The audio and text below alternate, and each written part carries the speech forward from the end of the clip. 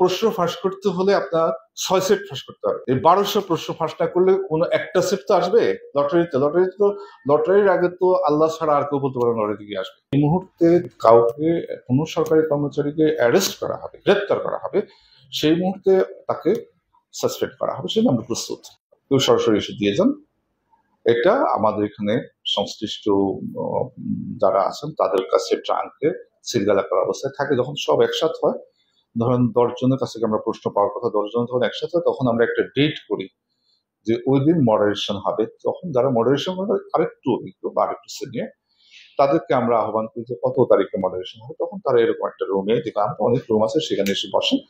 সিলগালা অবস্থায় তারা সেটা পান, প্রশ্ন পরের প্রশ্ন সেটা ওনারা খুলে ওনারা ওনাদের মতো করে মডারেশন করে আবার সিলগালা করে জমা দেন। জমা দেওয়ার পরে এটা আমাদের প্রেসে যায় সরাসরি। প্রেস থেকে আমাদের বিসিএস এর ক্ষেত্রে আমাদের নির্দেশনা অনুযায়ী আমাদের 20টা প্যাকেট, আমাদের কোনো প্রশ্ন খোলার কোনো বিধান নেই। তো সেটি আপনার বিভিন্ন বিভাগে যায়, বিভাগের গুলো। আর ঢাকার গুলো এখানে একটা বড় আছে, 24 ঘন্টা পুলিশ পাহারা থাকে, সেখানে সংরক্ষিত থাকে। এবং পরীক্ষার দিন সকালবেলা 2 জন বিশিষ্ট নাগরিকের উপস্থিতিতে এখানে লটারি অনুষ্ঠিত হয়। লটারি হয় 9টা 15 থেকে 20-30 এরকম সময়, কারণ আমাদেরকে 9টা 30-এ জানাতে হয়। তার আগে আমরা লটারিতে যেই সেটটা পড়ে সেই সেটটা আপনার টেস্ট করি। এখানে আমাদের টেলিটকের যারা সহযোগিতা করেন তাদের সাথে আমাদের এখানে যারা উপস্থিত থাকে কয়েকজনের কাছে ওনারা টেস্ট কপি পাঠান। টেস্ট কপি পাঠালে আমরা দেখি যে যাও আসছে লটারিতে সেটা ঠিক আছে, ঠিক আছে, প্রস্তুত থাকেন। 9টা 30 আমরা সেটি আমাদের বিভিন্ন কেন্দ্রে যাদের কাছে পাঠানোর কথা পাঠিয়ে দিই। তখন 6 সেটের মধ্যে একটা সেট নির্ণীত হয়।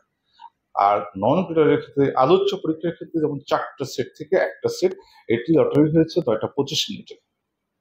9টা 25 মিনিট এবং 9টা 30 মিনিট আমরা সমস্ত কেন্দ্রকে জানিয়ে দিয়েছি। এটা 100% নিশ্চিত আপনাকে কেউ করতে পারবে না, কারণ এটা এককভাবে কেউ মেনটেন করেন না, এটা অনেক মানুষের সমন্বয়ে করে। তবে ভীষণ কঠিন। এবং প্রশ্ন ফাঁস করতে হলে আপনার 6 সেট ফাঁস করতে হবে। 6 সেট মানে হলো 6 দুগুণে 1200 প্রশ্ন। এই 1200 প্রশ্ন ফাঁস না করলে কোনো একটা সেট তো আসবে। লটারির আগে তো আল্লাহ ছাড়া আর কেউ বলতে পারে লটারি গিয়ে আসবে।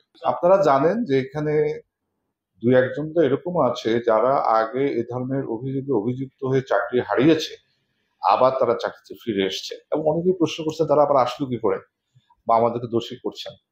তারা হয়তো ডিটেলস জানেন না। তারা আবার কোর্টে গেছে, কোর্টের থেকে আবার ছাড়া পেয়ে আসছে। আসার পরে তো কমিশনের তো কোর্টের আদেশে অনুষ্ঠিত হয়েছে। আচ্ছা, এরকম আছে 2-1 জন। আর কেউ আছে না এরকম নয়, এইবারে প্রথম তাদেরকে করেছে। আমরা প্রস্তুত, যে মুহূর্তে সরকারি বিধান আছে আমরা সম্পূর্ণ প্রস্তুত। যে এই মুহূর্তে কাউকে কোনো সরকারি কর্মচারীকে অ্যারেস্ট করা হবে, গ্রেপ্তার করা হবে, সেই মুহূর্তে তাকে সাসপেন্ড করা হবে, সেটা আমরা প্রস্তুত। সেই যেসব পরীক্ষার প্রশ্নপত্র ফাঁস হয়েছে বললে তো একমাত্র এই যে লাস্ট যে পরীক্ষা 5 তারিখে, সেই পরীক্ষাটাই আসবে। কারণ এই পরীক্ষাকে কেন্দ্র করেই সবকিছু হচ্ছে। তো সেই পরীক্ষা যদি ফাঁস হয় অবশ্যই বাতিল হবে, সেটা অবশ্যই আমি বলতে পারি না, সে কমিশন সিদ্ধান্ত নিতে পারে।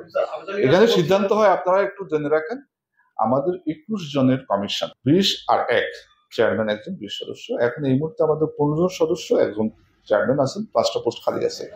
এখানে বিসিএস নন ক্যাডার বা যে কোনো সিদ্ধান্ত আমাদের কমিশন আমরা প্লেস করি, কমিশন সর্বসম্মতিক্রমে সিদ্ধান্ত গ্রহণ করে।